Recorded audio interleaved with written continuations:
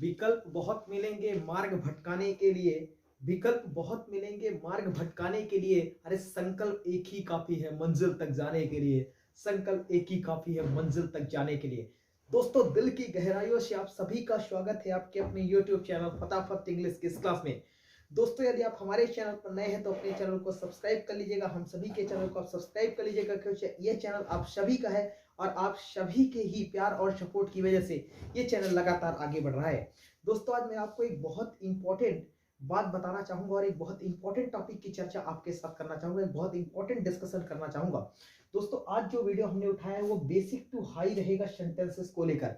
यानी आज हम दोस्तों टाइप्स ऑफ सेंटेंस समझेंगे और इसमें हम बहुत अच्छे से चीजों को कवर करेंगे। सबसे पहले बता देता हूं दोस्तों, ये वीडियो ऑल कंपटीशन एग्जाम को भी कवर करेगा एज वेल एज दोस्तों ये एकेडमिक एग्जाम्स को भी ये वीडियो कवर करेगा। यानी कंपटीशन के पॉइंट ऑफ व्यू से भी और एकेडमिक पॉइंट ऑफ व्यू से भी आज एक ऐसा कॉमन टॉपिक हमने उठा लिया है, sentences, types of sentences. Sentences paper के पॉइंट ऑफ व्यू से बहुत इंपॉर्टेंट दायरा है और हर एक एग्जामिनेशन में चाहे कोई भी स्टूडेंट्स स्कूल का हो या कोई भी स्टूडेंट्स कंपटीशन का हो, दोनों के लिए टेंस सीखना बेहद इंपॉर्टेंट है, बहुत इंपॉर्टेंट है। तो चलिए शुरू करते हैं बिना किसी देरी के वीडियो। और बेसिक से लेकर एडवांस तक कवर करूंगा, तो दिल थाम कर बैठ जाइएगा। अपनी नोट्स, अपना पेन और साथ में अपना दिमाग, तीनों ही चीजें लेकर बैठिएगा। बहुत आनंद आने वाला है। थोड़ा वीडियो लंबा हो सकता है, 20 से 22 मिनट का हो सकता है, लेकिन पूरा कवर करा दूंगा। सेंटेंस के बारे में कंप्लीट जानकारी कवर करा दूंगा। विश्वास रखना है और जुड़े रहना। तो चलिए शुरू करते हैं बिना किसी प्रॉब्लम के। तो चलिए कहानी को स्टार्ट करते हैं। सबसे पहले दोस्तों सेंटेंसेस की बात करेंगे, इसके बाद टाइप्स ऑफ सेंटेंसेस पर चलेंगे। When we talk about the sentences, दोस्तों जब भी हम सेंटेंसेस की बात करते हैं ना, तो इसमें कुछ चीजें आपको जान लेना चाहिए। दोस्तों, किसी भी सेंटेंस को सेंटेंस बनने के लिए कौन कौन सी वो चीजें हैं जो इंपॉर्टेंट होती है। दोस्तों, कोई भी सेंटेंस सेंटेंस कब कहलाएगा, चलिए मैं आपके सामने एक एक वाक्य बोलता हूँ, सेंटेंस बोलता हूँ, बताएंगे आप ये एग्जैक्ट रूप में सेंटेंस है कि नहीं। मैंने कहा दोस्तों, खरगोश को काटकर गाजर खिलाओ, क्या ये सेंटेंस है? आप थोड़ा आश्चर्यचकित हुए। मैंने कहा खरगोश को काटकर गाजर खिलाओ, आप थोड़ा यहाँ पर आश्चर्यचकित हुए। दूसरा सेंटेंस दोस्तों मैंने कहा मेहमान को प्लेट में रखकर नाश्ता दो, आप फिर आश्चर्यचकित हो गए। दोस्तों, ये दोनों सेंटेंसेस की अगर हम बात करते हैं तो ये दोनों सेंटेंस नहीं है दोस्तों। किसी भी सेंटेंस को सेंटेंस बनने के लिए दो चीजें बेहद इंपॉर्टेंट है। पहली चीज दोस्तों होती है कंप्लीट मीनिंग। पहले तो दोस्तों उसका मीनिंग जो है वो कंप्लीट होना चाहिए। किसी भी सेंटेंस को सेंटेंस बनने के लिए उसकी मीनिंग कंप्लीट होनी चाहिए। और दूसरी इंपॉर्टेंट बात है दोस्तों, किसी भी सेंटेंस को सेंटेंस बनने के लिए उसका अरेंजमेंट ऑफ वर्ड ठीक होना चाहिए। तो अगर ये दो चीजें हैं दोस्तों, अगर किसी भी शब्द का अरेंजमेंट ऑफ वर्ड ठीक है तो वो सेंटेंस कहलाएगा। साथ में उसकी मीनिंग भी कंप्लीट होनी चाहिए और उसका अरेंजमेंट ऑफ वर्ड भी ठीक होना चाहिए। ये दो बेहद इंपॉर्टेंट चीज है किसी भी सेंटेंस को सेंटेंस बनने के लिए। तो सबसे खास बात समझ के रखिएगा कि कोई भी सेंटेंस तभी बनेगा जब उसकी मीनिंग कंप्लीट हो और उसका अरेंजमेंट ऑफ वर्ड ठीक हो।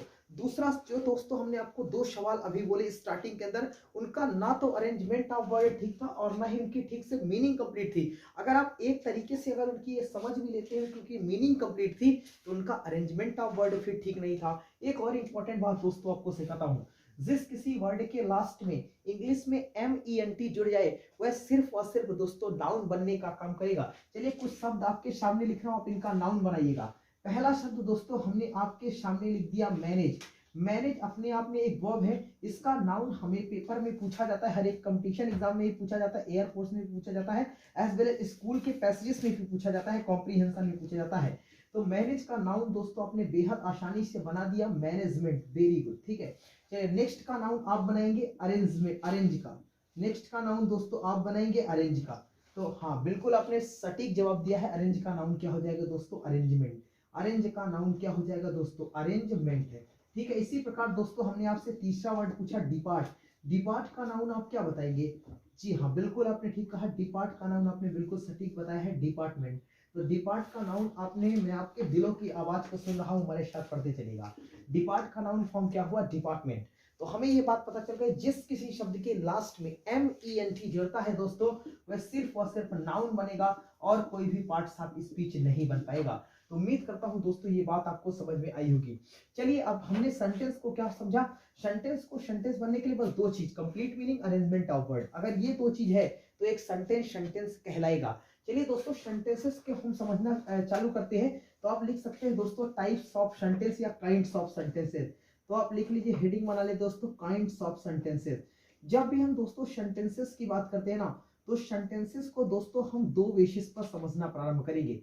पहला बेस हो जाता है दोस्तों सेंटेंस को जब हम समझेंगे तो सबसे पहले दोस्तों हम इसको, एक तो हम इसको फंक्शनल बेस पे समझेंगे, यानी फंक्शन के बेस पर, फंक्शनल बेस पर, और दूसरा दोस्तों इसको स्ट्रक्चरल बेस पर, यानी कि हम इसको दोस्तों स्ट्रक्चरल बेस पर, या फिर हम कह सकते हैं स्ट्रक्चर के बेस पर, और दूसरा फंक्शन बेस पर समझना चालू करेंगे दोस्तों।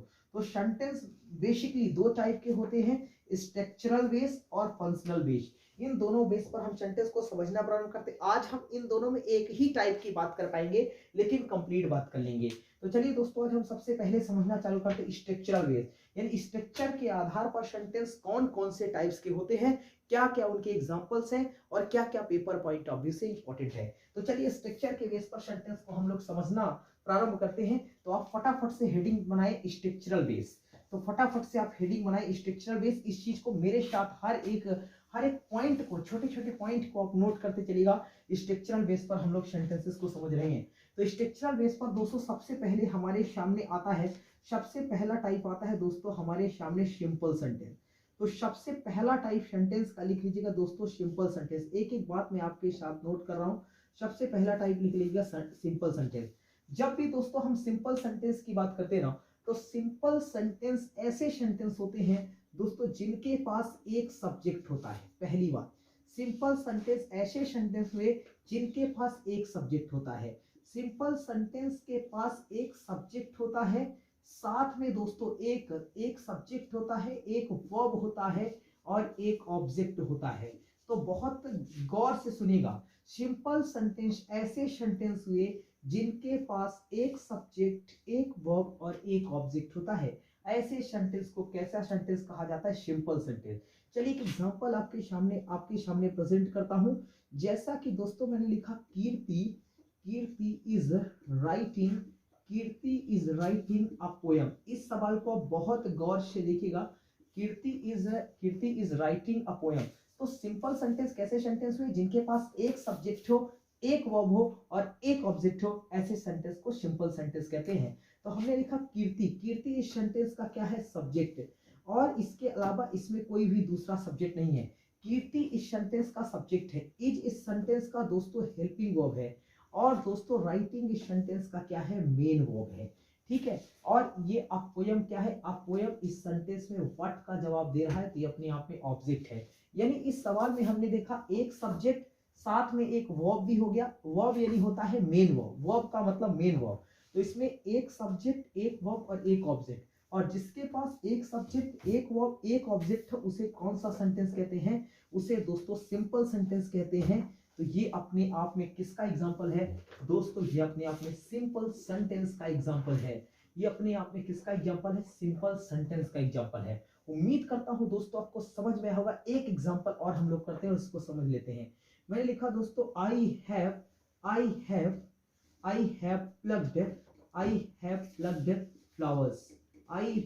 Plugged flower. तो इसको गौर से समझते हैं दोस्तों। आई इस सेंटेंस का क्या है?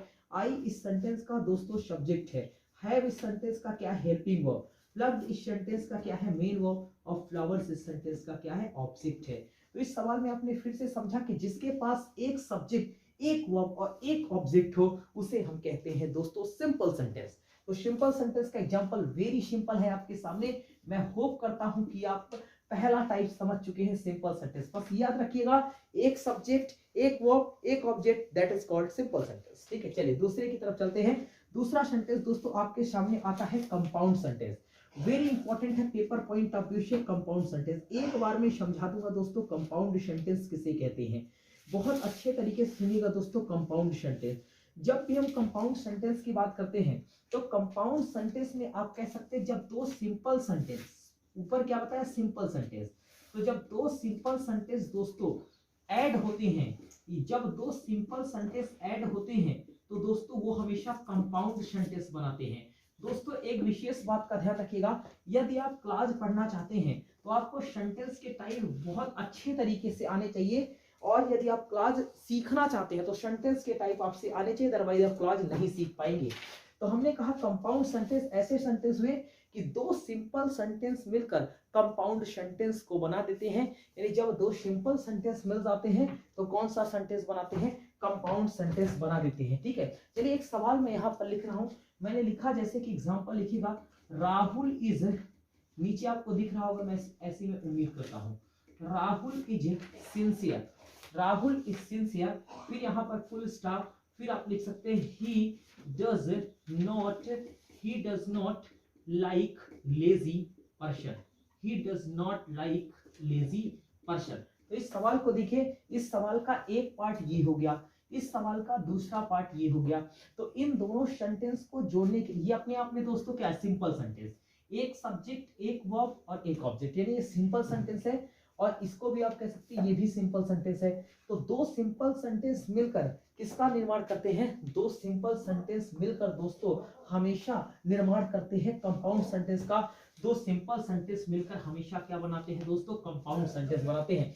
अब मैं आपको एक अच्छी बात यहाँ पर सिखाता हूँ दोस्तों, बेहद इंपॉर्टेंट बात सिखाता हूँ दोस्तों। दो सिंपल सेंटेंस का मतलब होता है दो इंडिपेंडेंट सेंटेंस, दो सिंपल सेंटेंस का मतलब होता है दोस्तों दो इंडिपेंडेंट सेंटेंस, और दो इंडिपेंडेंट सेंटेंस का मतलब ये होता है कि जिनकी मीनिंग अपने आप में इंडिपेंडेंट हो। लिख लीजिएगा, जिनकी मीनिंग अपने आप में इंडिपेंडेंट हो, यानी ऐसे सेंटेंस जो अपने मीनिंग को लेकर फ्री होते हैं, स्वतंत्र होते हैं, जिनकी मीनिंग अपने आप में क्या हो, जिनकी मीनिंग अपने आप में इंडिपेंडेंट हो। यानी ऐसे सेंटेंस जो अपने मीनिंग को लेकर इंडिपेंडेंट हो, स्वतंत्र हो, ऐसे सेंटेंस को कंपाउंड सेंटेंस कहते हैं। यानी दो इंडिपेंडेंट सेंटेंस को हम कंपाउंड सेंटेंस की कैटेगरी में लेकर जाते हैं।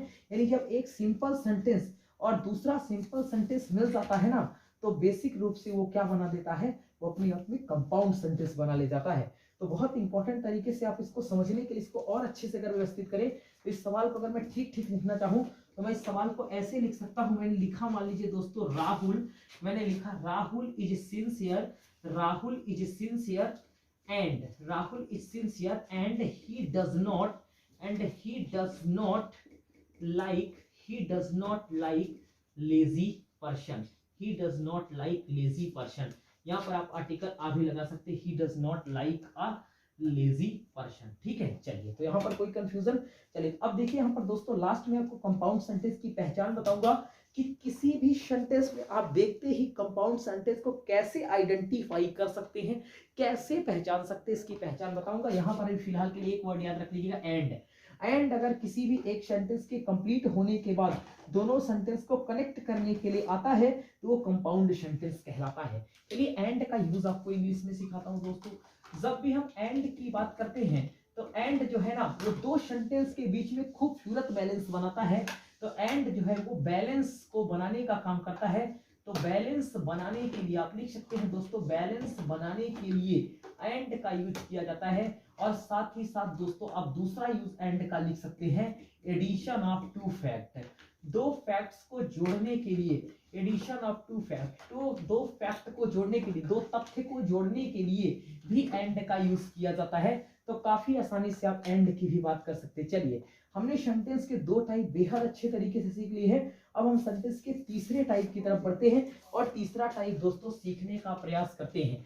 तो तीसरा टाइप हम सीखने का प्रयास करते हैं दोस्तों। तीसरा टाइप ऊपर ही मैं आपके साथ लिख देता हूं, किसी प्रकार की प्रॉब्लम की बात नहीं है। तो तीसरा टाइप आप लिख लीजिए दोस्तों, कॉम्प्लेक्स सेंटेंस। हम सेंटेंस को स्ट्रक्चरल बेस पर समझ रहे हैं। तीसरा टाइप है अपने आप में कॉम्प्लेक्स सेंटेंस, वेरी इंपॉर्टेंट है। जब भी दोस्तों हम कॉम्प्लेक्स सेंटेंस की बात करते हैं तो कई बार कहा जाता है in a complex relation, in a complex relation. इसको मैं आपको एक मजाक से समझाता हूं, इन अ कॉम्प्लेक्स रिलेशन। इसको मैं एक बेहतर अच्छे मजाक से समझाता हूं, आप एक ही बार में समझ जाएंगे। सपोज दोस्तों हमारे सामने एक पर्सन है, हमारे सामने एक पर्सन है और ये पर्सन अपने आप में बेहद खास है। मान लीजिए हमारे सामने ये एक पर्सन है, एक पर्सन ये हो गया और एक पर्सन दोस्तों ये हो गया। तो इन दोनों पर्सन को आप समझिएगा। मान लेते हैं दोस्तों ये अपने आप में चंपा है और ये अपने आप में चंपी है। ठीक है, चंपा और चंपी। जैसे ही चंपा खुश तो चंपे खुश, जैसे ही चंपे खुश तो चंपा खुश, यानी ये दोनों एक दूसरे पर, जैसे ही ये दुखी तो फिर ये दुखी, और ये दुखी तो फिर ये दुखी। मतलब दोस्तों इन दोनों की खुशी और इन दोनों की दुख पर एक दूसरे पर डिपेंड हो रहा है, एक दूसरे पर ये कॉम्प्लेक्स है, एक दूसरे पर ये डिपेंड हो रहा है। तो ये सेंटेंस ऐसे सेंटेंस होते हैं जो एक दूसरे पर डिपेंडेंट होते हैं, एक दूसरे पर डिपेंडेंट है। तो लिख लीजिए पहले, कॉम्प्लेक्स सेंटेंस ऐसे सेंटेंस हुए जो एक दूसरे पर क्या है, डिपेंडेंट है। ठीक बात है, कॉम्प्लेक्स सेंटेंस ऐसे सेंटेंस हुए जो एक दूसरे पर डिपेंडेंट है। यानी दोस्तों इनमें एक बेहद इंपॉर्टेंट, इसको हटाता हूं, इनमें एक बेहद इंपॉर्टेंट बात आती है दोस्तों, इनमें एक बेहद इंपॉर्टेंट बात सीखने को मिलती है। इसमें दोस्तों कॉम्प्लेक्स सेंटेंस में आपको एक डिपेंडेंट सेंटेंस मिलेगा, एक डिपेंडेंट सेंटेंस मिलेगा दोस्तों, और इनमें एक इंडिपेंडेंट सेंटेंस मिलेगा।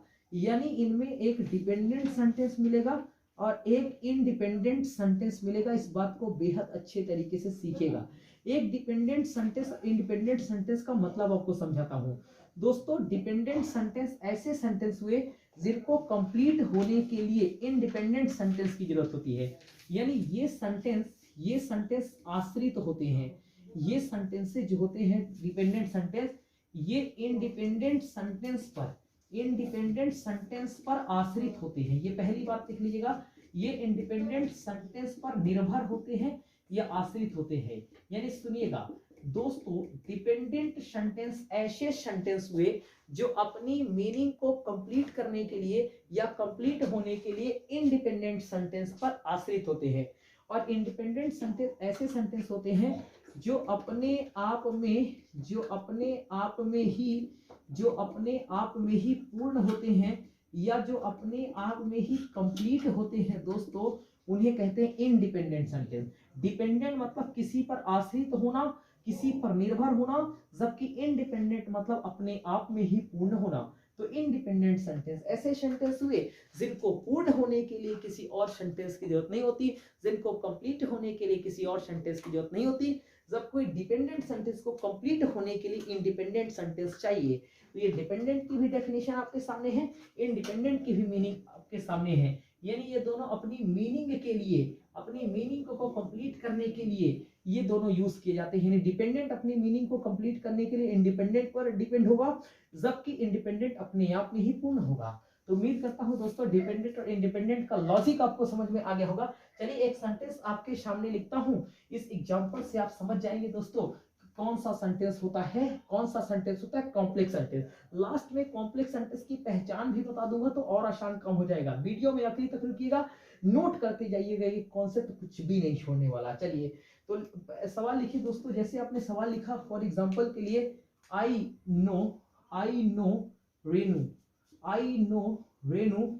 इसके बाद दोस्तों आप लिख सकते हैं हु, आई नो रेनू। यहां से आप कंप्लीट तरीके से लिखिएगा, चीजें ठीक ठाक नजर आ रही। चलिए, I know Renu he killed, या आप लिख सकते हैं हु किल्ड हर डॉग,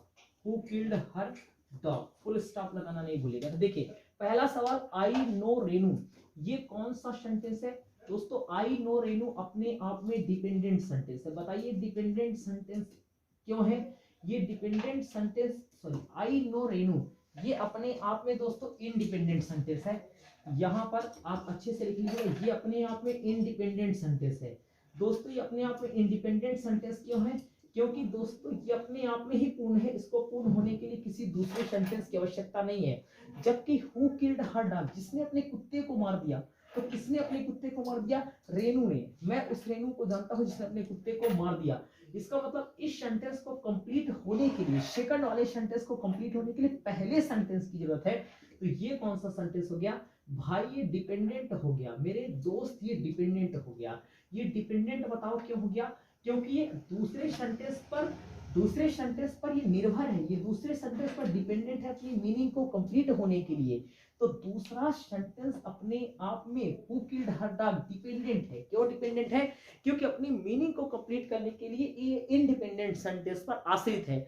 जबकि इंडिपेंडेंट सेंटेंस जो होता है दोस्तों वो अपने आप में ही पूरा है। तो इसका मतलब आई नो रेनू ये अपने आप में ही पूरा सेंटेंस है, लेकिन हु किल्ड हर डॉग अपने आप में दोस्तों डिपेंडेंट सेंटेंस है। और ये सेंटेंस क्यों है? क्योंकि यहाँ पर हु दोस्तों सब्जेक्ट का काम कर रहा है। हु सब्जेक्ट का काम कर रहा है, हु को हम दोस्तों रिलेटिव प्रोनाउन कहते हैं या हु को हम रिलेटिव कंजंक्शन कहते हैं।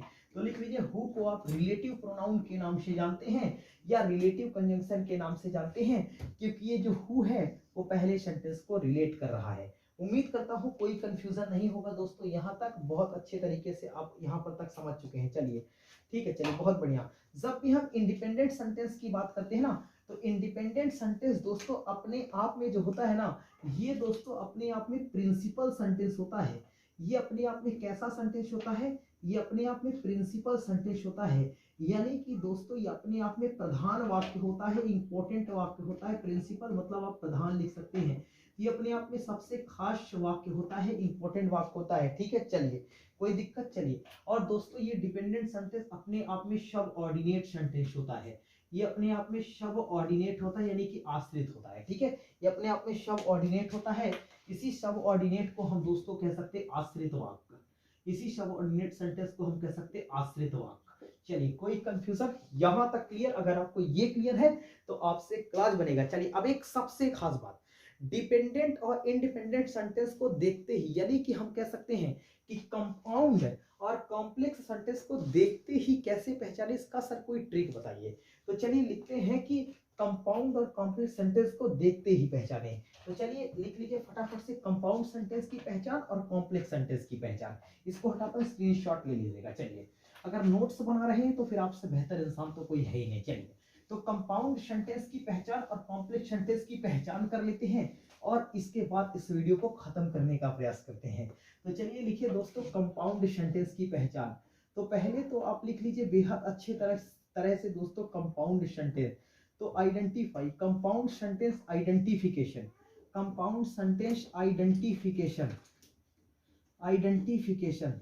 तो कंपाउंड सेंटेंस का दोस्तों हम आइडेंटिफिकेशन करेंगे, आइडेंटिफिकेशन करेंगे। ठीक है, तो कंपाउंड सेंटेंस का हम क्या करेंगे, आइडेंटिफिकेशन। यानी कंपाउंड सेंटेंस की पहचान करने के लिए वो कौन कौन से शब्द है जो एक सेंटेंस में आते हैं। अगर ये सवाल कभी भी सेंटेंस में दोनों सेंटेंस को ऐड करने के लिए आते हैं, जोड़ने के लिए आते हैं, तो फिर वो कंपाउंड सेंटेंस होगा। ठीक है, चलिए दोस्तों आप लिख लीजिए पहला शब्द एंड। एंड के बाद दोस्तों आप लिख लीजिए विकस। विकस के बाद आप लिख लीजिए बट। बट के बाद लिख लीजिए आप और के बाद आप लिख सकते हैं दोस्तों नॉर, कोई भी प्रॉब्लम नहीं है। ठीक है, आप लिख सकते हैं दोस्तों शो, आप लिख सकते हैं इल्स, आप लिख सकते हैं दोस्तों इल्स, आप लिख सकते हैं दोस्तों अदरवाइज। अदरवाइज ये कुछ दोस्तों ऐसे, ये कुछ ऐसे कीवर्ड है जिनसे आप पहचान कर सकते हैं किसकी, कंपाउंड सेंटेंस की, जिनसे आप पहचान कर सकते हैं किसकी, कंपाउंड सेंटेंस की। कोई यहाँ तक प्रॉब्लम नहीं होनी चाहिए, कोई समस्या नहीं होनी चाहिए। चलिए बहुत बढ़िया। चलिए तो ये कंपाउंड सेंटेंस का पहचान करने का तरीका है। अब दोस्तों आपको कॉम्प्लेक्स सेंटेंस का पहचान करने का तरीका बता देता हूँ, बहुत आसान है। यदि आपको कॉम्प्लेक्स सेंटेंस की पहचान करना है, यदि आपको कॉम्प्लेक्स सेंटेंस पहचानना है, तो कॉम्प्लेक्स सेंटेंस पहचानना सवाल में और भी आसान है। कॉम्प्लेक्स सेंटेंस के लिए दोस्तों सबसे पहले अब हम सीखेंगे कॉम्प्लेक्स सेंटेंस का आइडेंटिफिकेशन। तो कॉम्प्लेक्स सेंटेंस को आइडेंटिफाई करना और भी ज्यादा आसान है। यानी जब दोस्तों आपके सामने, जब आपके सामने दो सेंटेंस आ जाए, दो सेंटेंस आ जाए, एक सेंटेंस दूसरा सेंटेंस, इन दो सेंटेंस के मिडिल में अगर आपको हु लिखा मिल जाए, अगर आपको हुम लिखा मिल जाए, अगर आपको दैट लिखा हुआ मिल जाए, अगर आपको दोस्तों विच लिखा हुआ मिल जाए, अगर आपको हुज लिखा हुआ मिल जाए, या आपको इफ लिखा हुआ मिल जाए, ये कुछ सवाल अगर आपको दोस्तों लिखे हुए मिल जाए ना, अगर आपको ये कुछ सवाल लिखे हुए मिल जाए, अगर कई बार दोस्तों एज सून एज भी लिखा हुआ मिल जाता है, तो फिर डेफिनेटली वो कौन सा सेंटेंस होगा, वो कॉम्प्लेक्स सेंटेंस होगा। तो ये कॉम्प्लेक्स सेंटेंस की दोस्तों आपके सामने पहचान रही, ये कॉम्प्लेक्स सेंटेंस की पहचान रही।